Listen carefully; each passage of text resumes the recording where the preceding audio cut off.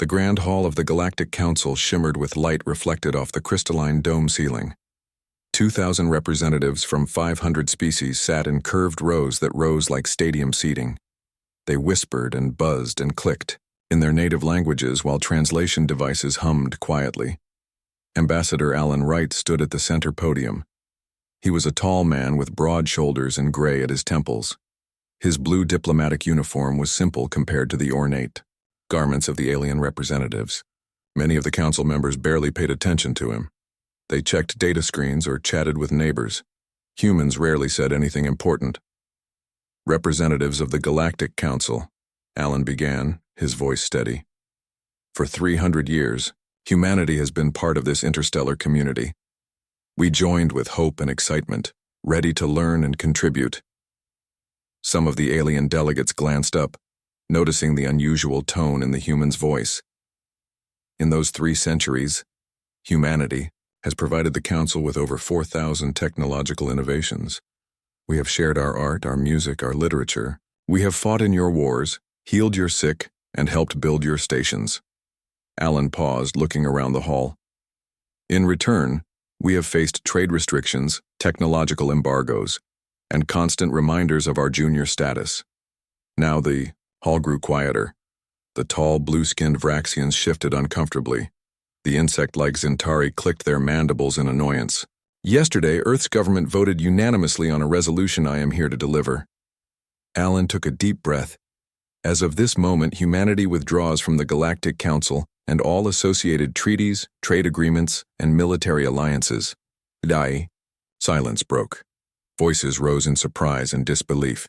The Vraxian ambassador stood, his 7-foot frame towering over his section. This is absurd. You cannot simply withdraw, he boomed. The treaties are binding for at least another century. Alan stood firm. The treaties were unfair from the beginning. Humanity never received equal standing despite our contributions.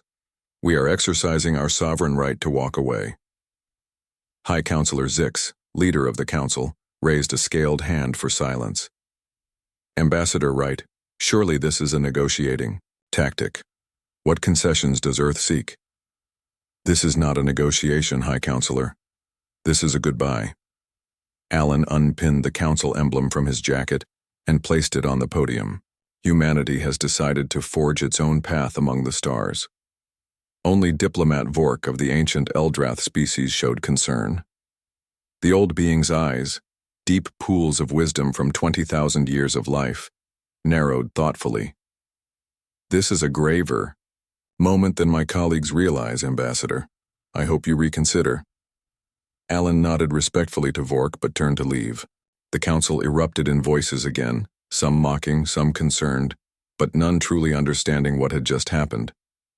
Back on Earth, President Samantha Powell stood before a crowd outside the White House. Screens worldwide showed her speech. The decision to leave the council had not been made lightly. Citizens of Earth and our colonies, she said, her voice clear and determined. Today we have withdrawn from the Galactic Council. The crowd murmured. Some cheered, others looked worried. For too long we've been treated as lesser beings, Samantha continued. They've taken our innovations, dismissed our council, and restricted our growth. They've limited which stars we can visit and what technologies we can develop.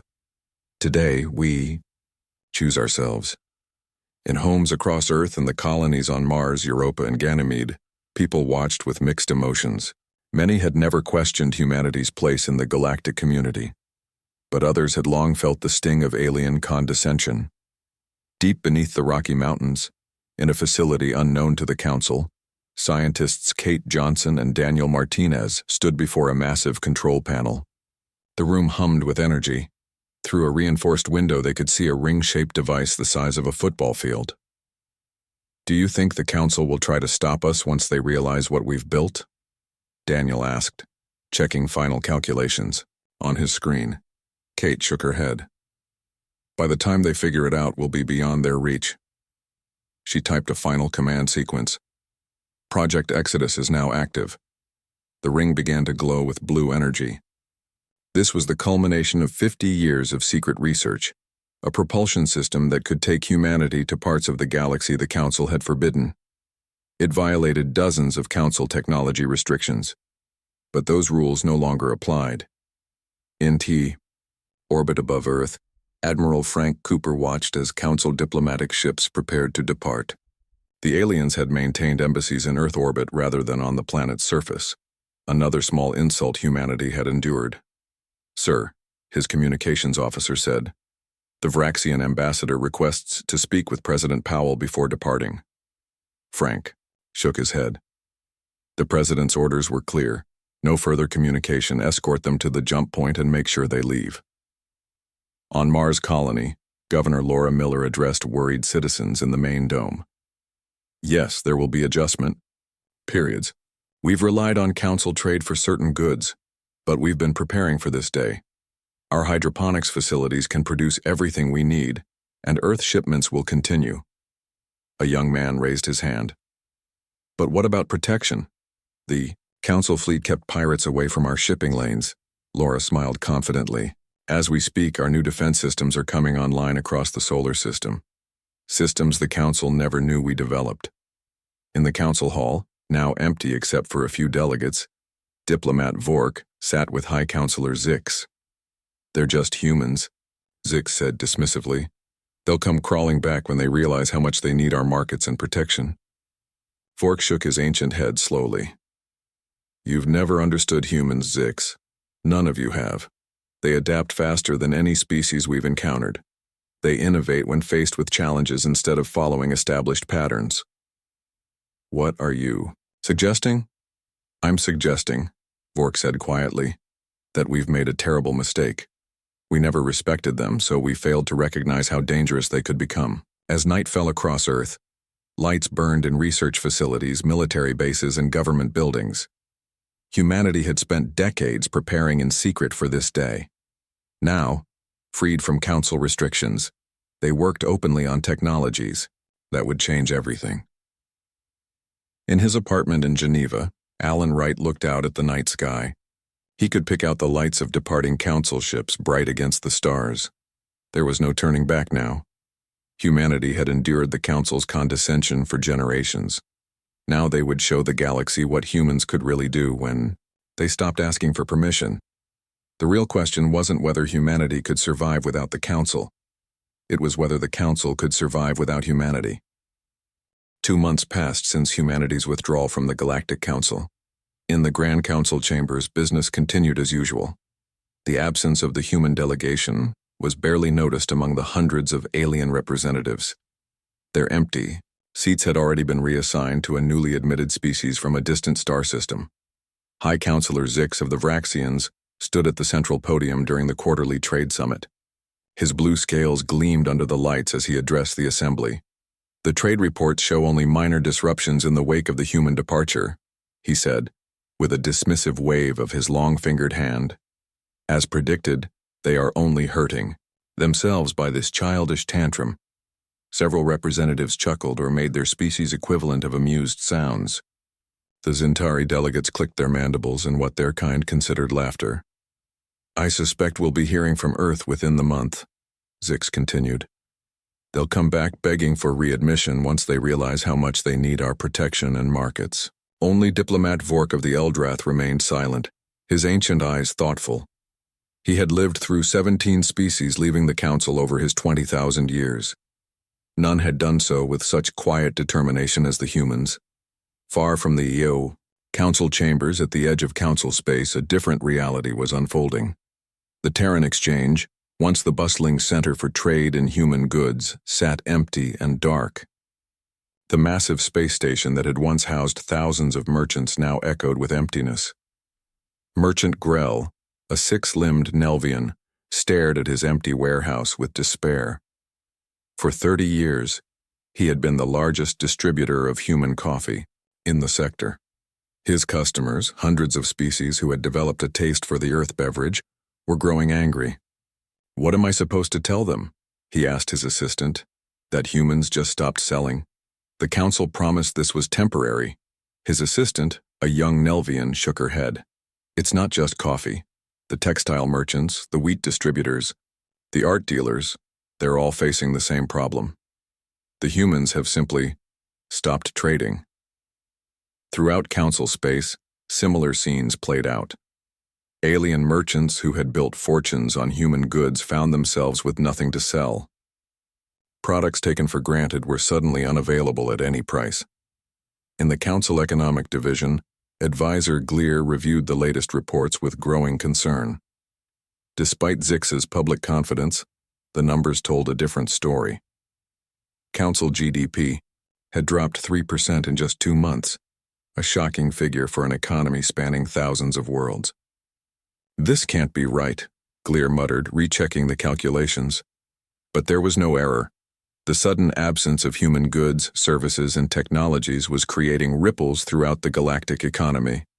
More troubling were reports of missing mining outposts.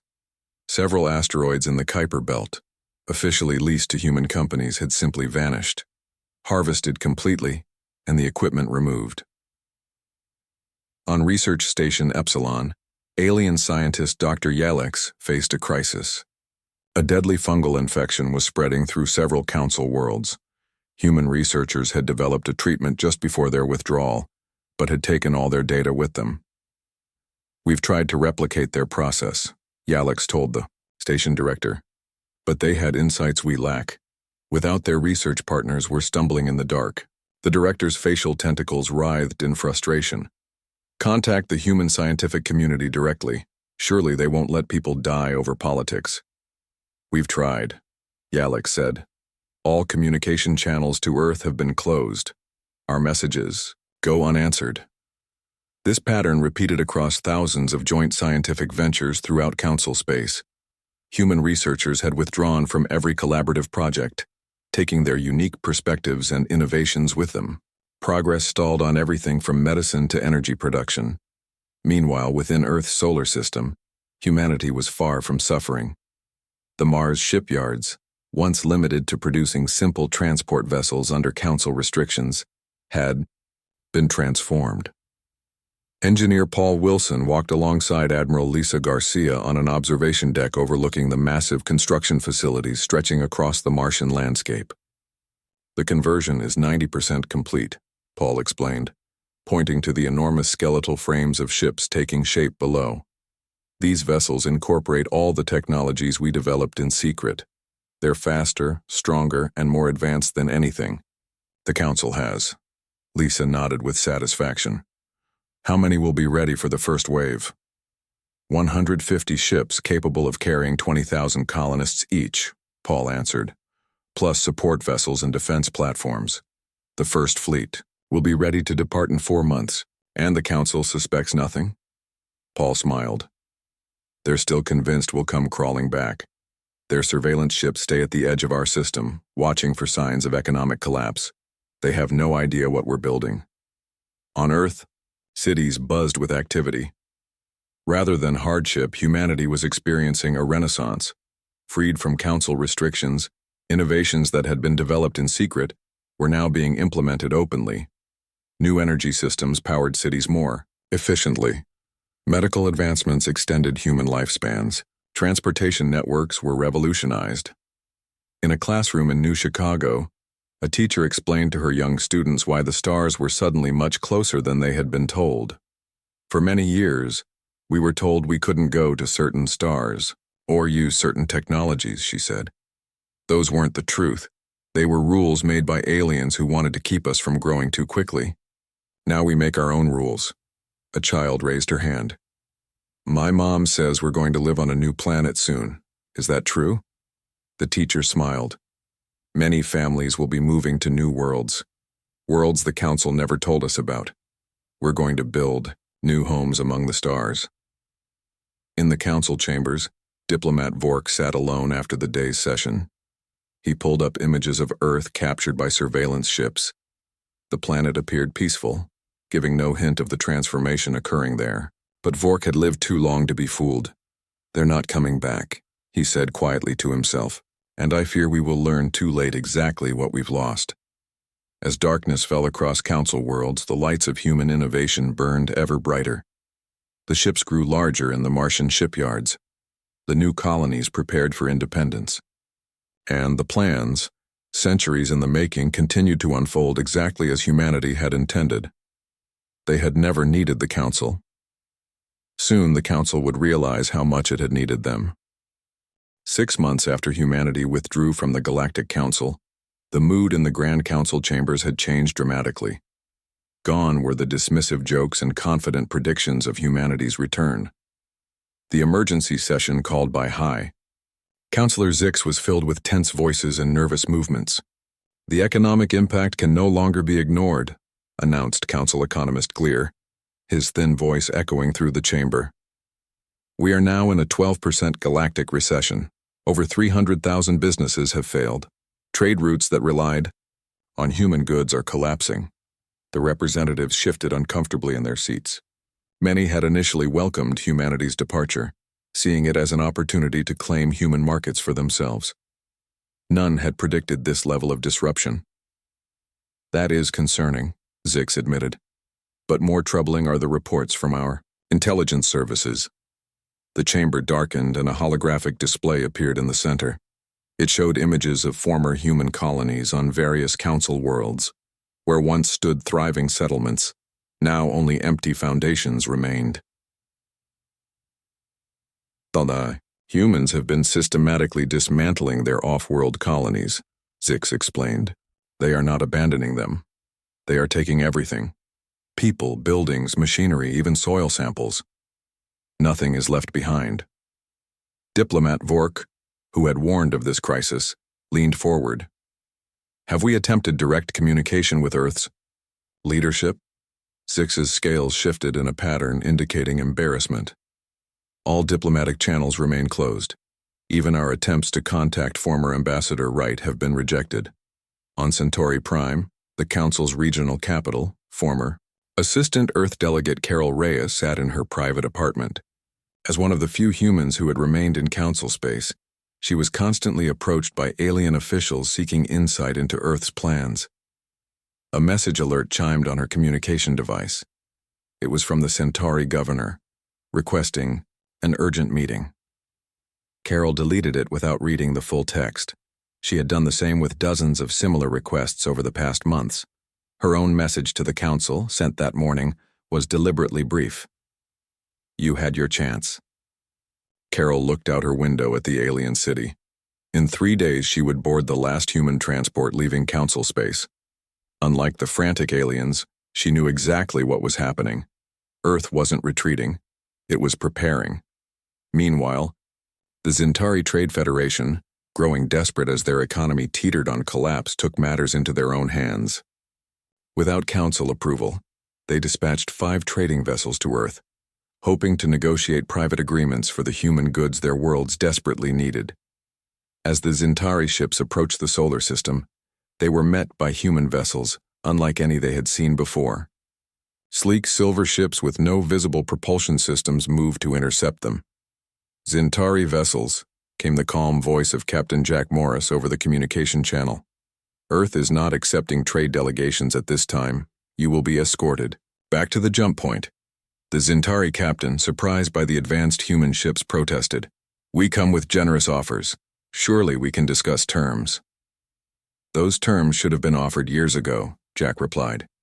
"Please maintain your current course. Any deviation will be considered hostile."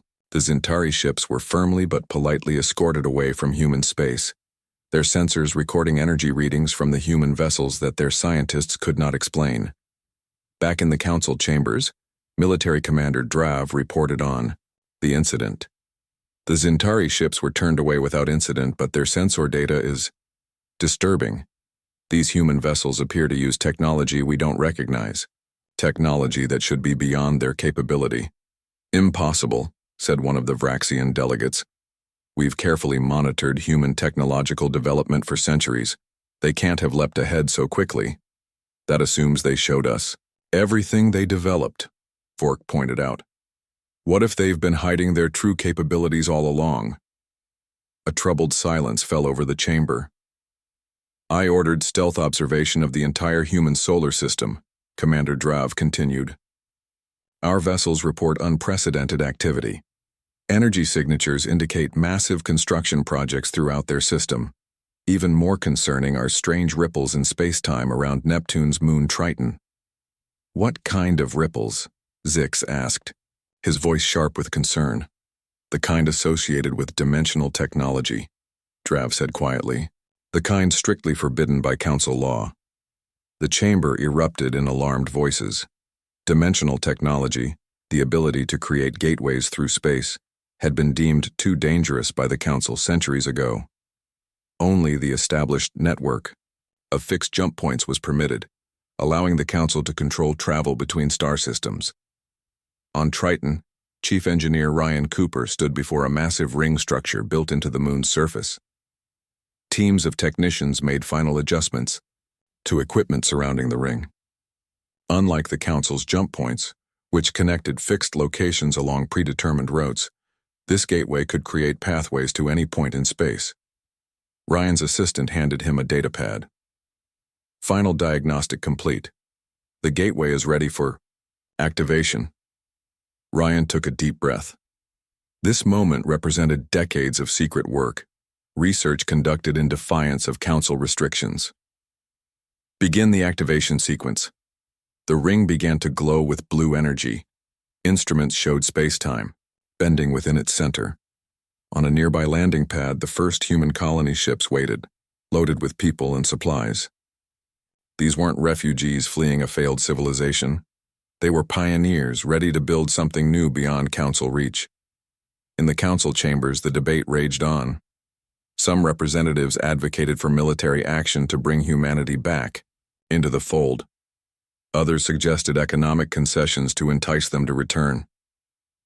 You all missed the point, Vork said, his ancient voice cutting through the noise. The humans aren't negotiating. They're not asking for better terms. They're leaving. Where could they possibly go? Zix demanded. We control all viable colonization worlds within reach of their technology. Vork's eyes, filled with the wisdom of 20,000 years, regarded the council sadly. You still don't understand humans. When they can't find a path, they make one. When faced with restrictions, they innovate around them. We never truly appreciated that quality, and now we're seeing its full expression. As night fell across Earth, lights burned in every major city. In homes and schools and laboratories, people prepared for the greatest migration in human history. Humanity had endured the Council's limitations and condescension for centuries, while secretly preparing for this moment. On the observation deck of the first colony ship, Captain Alice Evans watched as the gateway on Triton pulsed with energy.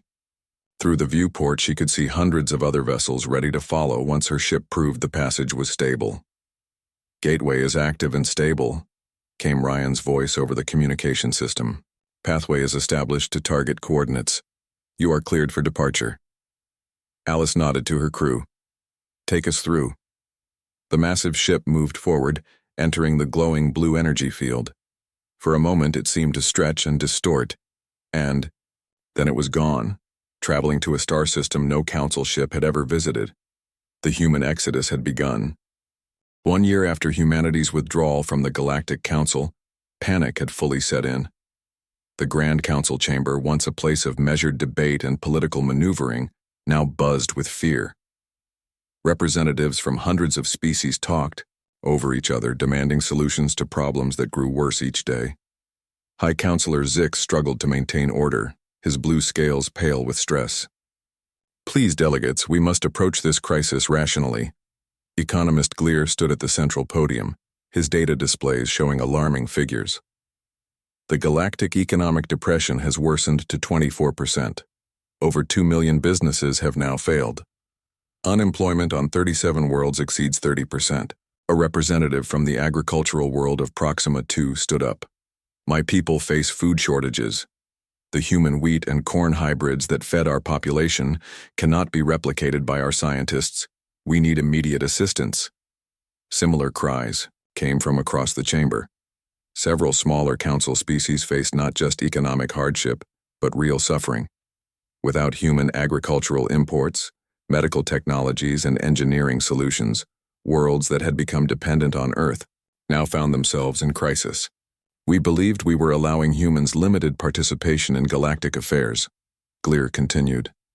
But we failed to recognize how deeply their innovations had penetrated our society. It was not charity we offered them. It was exploitation of their creativity while giving little in return. The technological gap became painfully apparent when the humans deactivated their contributions to the galactic defense grid. Many council members had never realized how much of the system relied on human computing innovations. Now, with those components gone, entire sectors were vulnerable to space pirates and dangerous natural phenomena. Commander Drav addressed this issue grimly. We have lost 43% of our early warning capability for solar flares, asteroid impacts, and spatial anomalies. 3 shipping lanes have already been hit by pirates who detected the gaps in our defenses. On the medical front, the situation was equally dire. Dr. Nancy Wilson, formerly of the Galactic Medical Exchange, had published her final correspondence to her alien colleagues before departing, a partial cure for a devastating neural disease affecting the Vraxian homeworld, with a note that the complete formula had gone with humanity. The Vraxian representative held up the partial formula in frustration. She gave us enough to prevent death, but not enough to cure the suffering. Millions of my people remain in pain. Be grateful she left you anything, Diplomat Vork said quietly. After centuries of treating humans as junior partners, the fact that Dr. Wilson provided even a partial cure speaks to human compassion that we perhaps do not deserve. The Eldrath, the oldest species in the Council, called for an unprecedented full assembly. All 500 member species were required to send their highest representatives, a gathering that had occurred only 3 times in the Council's 50,000-year history. When all had assembled, Diplomat Vork, speaking with the weight of 20,000 years of personal experience, addressed the hushed chamber. The Council faces an existential threat, he began. Not from human aggression, but from their absence. We have driven away the most adaptable, innovative species we have ever encountered, and in our arrogance, we never realized how much we had come to need them. Vork activated a holographic display showing the human solar system. Our latest intelligence confirms that humanity is expanding in ways we never anticipated. They have established a defensive perimeter around their system that our best military vessels cannot penetrate. Inside this barrier, they continue to gather their people from across the galaxy. The display zoomed in on the Triton Gateway. This technology, dimensional transport, was restricted for good reason. But humans have perfected it, creating pathways to star systems beyond our network. They go where we cannot follow. Then we must act immediately, shouted the Zintari representative. Send the fleet. Force them to return to the Council. Vork's ancient eyes turned to the Zintari delegate. And what fleet would that be? The one that relies on human navigation systems? The one with engines that need human-developed fuel? Or perhaps you mean the weapons that were reverse-engineered from human designs? He shook his head. We cannot force humans to return because, in truth, they have surpassed us while we weren't looking. On the edge of the solar system, humanity activated a defensive perimeter of satellites that generated an impenetrable energy field. The technology, developed in secret laboratories over decades, created a barrier that no Council ship could cross. Within this protection, Earth continued its transformation. In orbit around Triton, 5,000 ships gathered, the largest expedition in human history. Each vessel carried 2,000 colonists, along with equipment, supplies, and everything needed to build new societies on distant worlds. 10 million humans prepared to leave the solar system forever. On the command deck of the flagship, General Ben Murphy observed the gathering fleet. He had spent his entire career in the Earth Defense Force, always hiding humanity's true capabilities from Council observers. Now those capabilities were on full display. Status report, he requested. His executive officer looked up from her. Console. All ships report ready. The gateway is stable and all pathways to the target systems are confirmed. Medical, agriculture, and engineering teams are prepared for deployment. The first wave can depart on your command. Ben nodded, satisfaction evident on his weathered face. Begin departure sequence. First wave ships will proceed through the gateway at 30-second intervals. Throughout the fleet, captains received the order and began moving their massive, vessels toward the glowing blue energy of the Triton Gateway. One by one, ships disappeared through the portal, carrying the first wave of humanity's expansion beyond Council space. On Earth, President Samantha Powell addressed the global audience. Today marks a new chapter in human history. For centuries, we played by the Council's rules. We accepted their limitations while quietly preparing for freedom. The path ahead will not be easy, but it will be ours to choose. In the Council chambers, diplomat Vork watched the real-time feed of human ships departing through the gateway. The Council representatives fell silent as they witnessed the exodus. "They are truly leaving," whispered High Counselor Zix, "not just withdrawing from the Council, but abandoning this region of space entirely." "No," Vork corrected, "they are expanding. While we limited ourselves to the established networks and systems, they prepared to reach beyond. The question is no longer whether we can bring them back. The question is whether they will allow us to follow where they lead." As the Council watched in stunned silence, the human ships continued to depart one after another. The exodus continued, and with each departure, the Council's future looked more uncertain than it had in 50,000 years. 18 months after humanity's withdrawal from the Galactic Council, an unprecedented event occurred. The Galactic Council voted unanimously to send its highest delegation to Earth. Led by the Council Supreme, the 9 eldest and most respected leaders from the founding species. The mission represented a level of humility the Council had never before displayed. Beings who hadn't left their homeworlds in centuries made the journey to the human solar system. Their massive diplomatic vessel approached the energy barrier that now surrounded human space. "We request permission to enter Earth space," transmitted the Council Supreme. "We come in peace to speak with humanity's leadership." For several tense minutes, there was no response. The Council delegation wondered if humans would even acknowledge their presence. Then a calm voice replied, "Permission granted. Follow the beacon to Earth orbit. You will be escorted." As the Council ship passed through a temporary opening in the energy barrier, they were met by human vessels unlike anything they had expected. Sleek, silver ships with technology that defied Council understanding took positions around the diplomatic vessel. Without using visible propulsion, they guided the Council ship toward the blue-green planet ahead.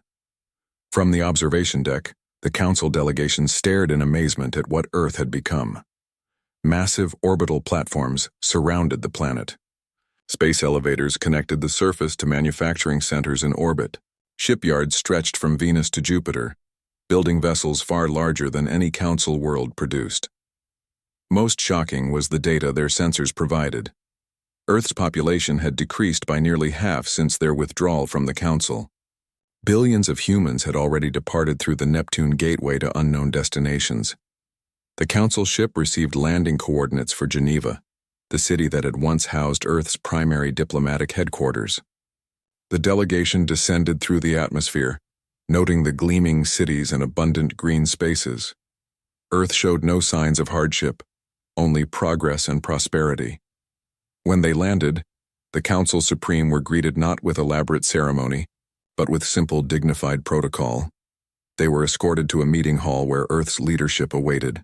President Samantha Powell sat at the center of a large round table, flanked by General Steve Martinez of Earth's Defense Force and Dr. Kelly Peterson, Director of Advanced Sciences. Their faces were calm, showing neither hostility nor excitement at the Council's presence. "Welcome to Earth," President Powell said simply. "It has been some time since we hosted Council representatives." The eldest of the Council Supreme, a Vraxian named Zilth, whose blue scales had faded to pale gray with age, stepped forward. "We thank you for receiving us.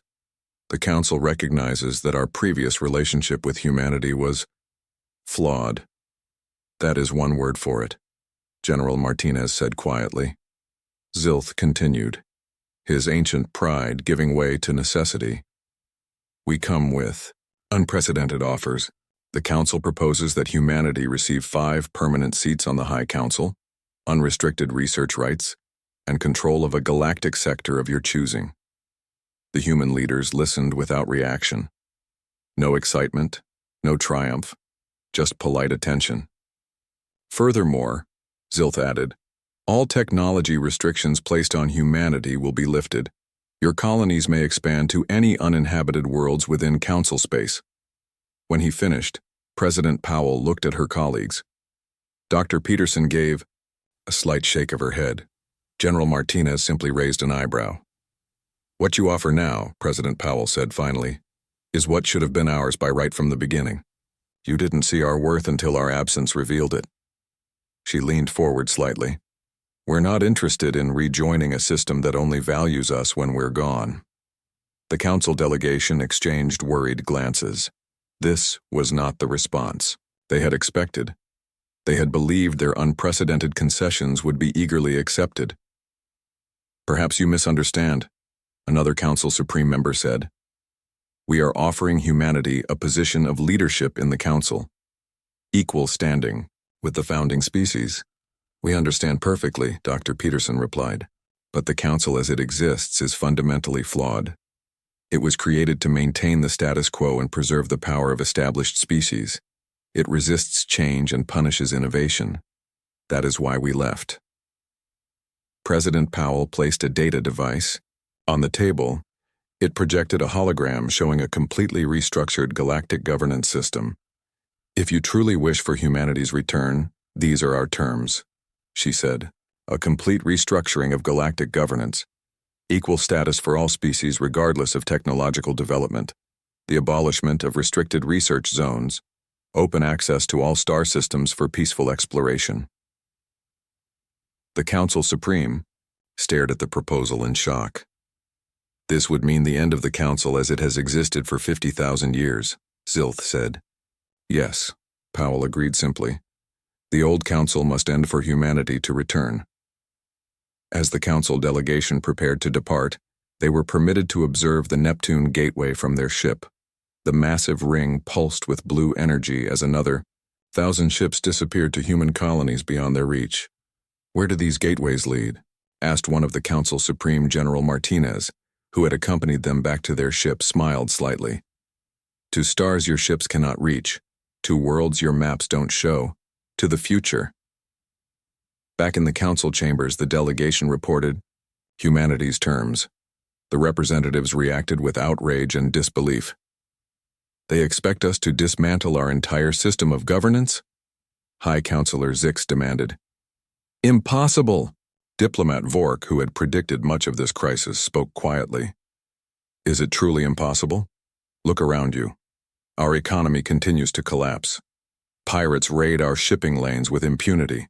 Disease spreads on worlds that once relied on human medicine. Meanwhile, humans thrive and expand beyond our reach. We could rebuild without them, one representative suggested. Develop our own innovations. Perhaps, Vork conceded. But it would take centuries. Humanity offered us a choice: evolve or decline. They will not wait for our answer forever. In orbit around a distant star, far beyond council space, the first human colony world was taking shape. New cities rose on a pristine planet. The gateway connecting it to the solar system pulsed with steady energy as more ships arrived each day. Governor Emma Clark stood on a hillside overlooking the main settlement. Unlike the rigid, permission-bound colonies humans had established under council rule, this world represented true freedom. Here, human innovation could proceed without restriction.